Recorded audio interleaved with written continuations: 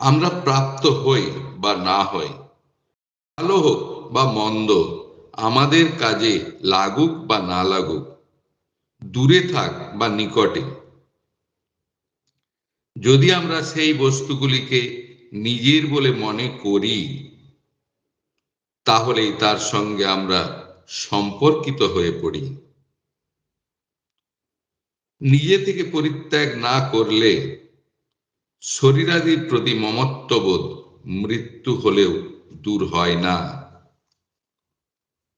সেই জন্য মৃতের অস্থি গঙ্গায় প্রদান করা হয়,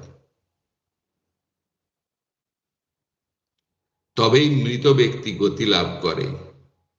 এই মেনে নেয়া সম্পর্ক পরিত্যাগ করতে আমরা সর্বতোভাবে স্বাধীন ও সক্ষম।